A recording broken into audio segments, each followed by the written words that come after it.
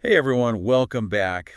We love diving deep into these market predictions, and you guys sent in some really interesting stuff from Steno Research. Yeah, definitely some food for thought. Yeah, for sure, especially about Bitcoin, right? Bitcoin, always a hot topic. It really is. So Steno's got some thoughts about where the price of Bitcoin might be headed, and, well, let's just say they're not exactly painting a rosy picture for the short term. Yeah, they're definitely suggesting we might see some turbulence, shall we say. Turbulence is a good word for it. They're actually talking about a pretty significant drop, possibly down to $85,000. Right, and that's tied to a few things they're seeing in the broader economic landscape. They're pointing to rising inflation as a major concern. Which makes sense. I mean, when everything else costs more. Exactly. People might be less willing to take a risk on something like Bitcoin, right? Right. And they're specifically predicting that the U.S. Consumer Price Index, the CPI, could jump by 0.4% in January. Which is, that might not sound like a lot, but it's higher than a lot of analysts were expecting. So that's definitely feeding into this idea that inflation might be sticking around a bit longer than we'd like. Yeah, definitely not the news Bitcoin enthusiasts want to hear, that's for sure. No, not at all.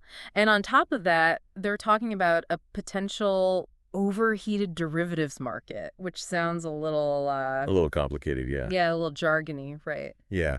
Could you break that down for us? What exactly does that mean, and how does it relate to Bitcoin's price? Okay, so imagine a scenario where, let's say, a lot of people are betting on Bitcoin's future price. They're doing this using something called futures contracts. Okay. And these contracts let investors buy or sell Bitcoin at a certain price, but in the future, right? So they're kind of locking in a price they think Bitcoin will reach. Exactly. That's a good way to put it.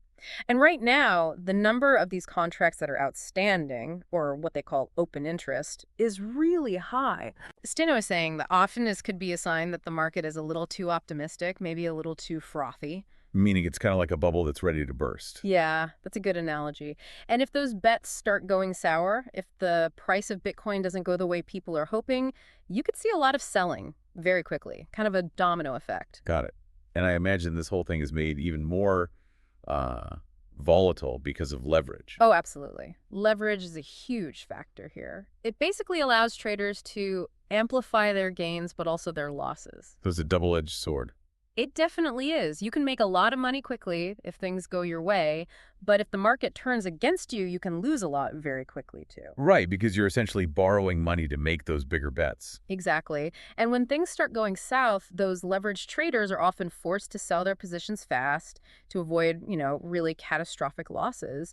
And that selling just pushes the price down even further. It's a vicious cycle. So it sounds like this potential price drop is really a combination of factors, not just one isolated thing. Yeah, I think that's a good way to look at it. It's a combination of those macroeconomic concerns like inflation, the potential overexuberance in the derivatives market, and then you throw in leverage on top of that, and it creates a pretty precarious situation, let's just say. Okay, so that's the doom and gloom part of the forecast. But what I find really interesting is that Steno also sees a path to $150,000 per Bitcoin. Oh yeah, they're not completely bearish. Yeah. Hmm. So how do they reconcile those two very different predictions? What's their reasoning there? Well, their optimism for the long term is based on a few key things. They're anticipating more favorable regulations for the crypto space, which, that would be a huge boost of confidence for a lot of institutional investors who've been hesitant to jump in. And then there's also the possibility of interest rates starting to come down. Interesting. Yeah, and if borrowing becomes cheaper, it could make riskier assets like Bitcoin more appealing again. Makes sense. And then there's that big event that always gets people talking about Bitcoin, the halving. I think our listener might be curious about that too. Oh, the halving, yeah. Can't talk about Bitcoin's future without mentioning that. Exactly. Can you give us a quick explanation, for anyone who's not familiar with it? Absolutely. So in the simplest terms, the halving is this really unique event that happens every 4 years or so that's actually built into Bitcoin's code. It's programmed in. Yep, it's like a built-in mechanism.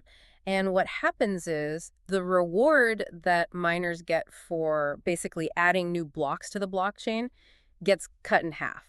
Oh, I see. And that reduces the rate at which new Bitcoins are created. So it's all about controlling the supply, right? So less supply, potentially higher demand, higher prices. It's like Bitcoin's version of controlled scarcity. Yeah, that's a great way to think about it. And historically, when we've seen these halving events, it's often been followed by pretty significant price increase.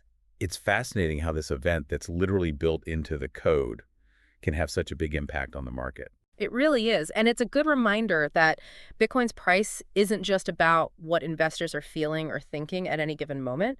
There are these underlying technological forces at play as well. Definitely adds another layer of complexity to the whole thing. Huh. But even with the halving coming up and those optimistic long-term predictions, Steno is still advising caution in the Yeah. short term, right? Oh, absolutely. They're not saying go all in on Bitcoin right now. Right. Market conditions can change so quickly. It's really crucial for investors to stay informed, think about how much risk they're comfortable with.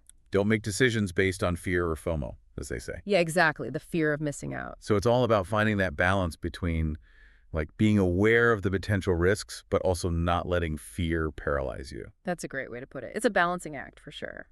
So to kind of wrap things up, it sounds like we could be in for a bumpy ride with Bitcoin in the near future, but the long-term outlook is still pretty positive. Is that a fair summary? Yeah, I think that's a good takeaway. Steno is essentially saying, buckle up for the short term, but don't lose sight of the destination. I like that analogy. Well, on that note, and this is a question for all of you listening, given what we've discussed today, what are some of the key indicators you'll be watching to navigate the Bitcoin market and make your own informed decisions? What factors will be most important to you as you weigh the risks and potential rewards? A lot to think about. It really is. There's never a dull moment in the world of crypto, that's for sure. But hey, that's what makes it so exciting, Rad. Absolutely. Thanks for joining us on this deep dive. We'll see you next time. See you later.